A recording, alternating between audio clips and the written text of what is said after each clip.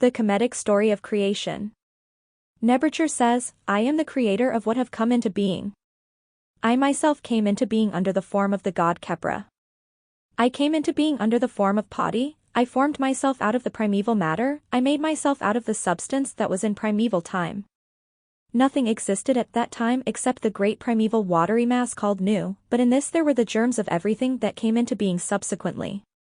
There was no heaven, and no earth, and the god found no place on which to stand, nothing, in fact, existed except the god.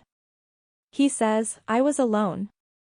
He first created himself by uttering his own name as a word of power, and when this was uttered, his visible form appeared.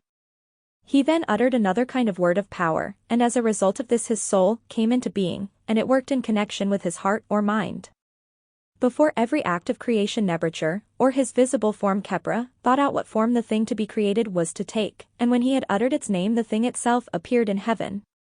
To fill the heaven, or place where he lived, the god next produced from his body and its shadow the two gods Shu and Tefnut.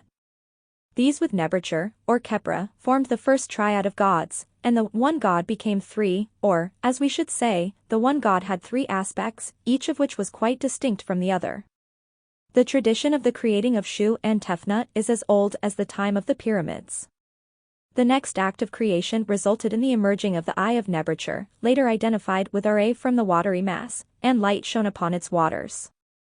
Shu and Tefnut then united, and they produced Geb, the earth god, and Nut, the sky goddess. The text then refers to some calamity which befell the eye of Nebuchadnezzar or of Khepra, but what it was is not clear. At all events the eye became obscured, and it ceased to give light. This period of darkness is the night, and to obviate the inconvenience caused by this recurring period of darkness, the god made a second eye, i.e. the moon, and set it in the heavens. The greater eye ruled the day, and the lesser eye the night.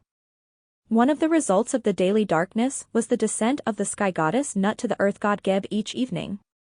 The gods and goddesses next created were five, namely Asar, Haru, Set, Ozit, and Nephthys.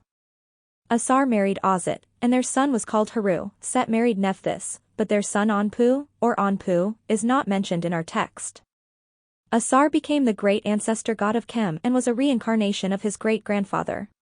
Men and women were first formed from the tears that fell from the eye of Khepra, or the sun god, upon his body. The old Khemetic word for men very closely resembles in form and sound the word for tears.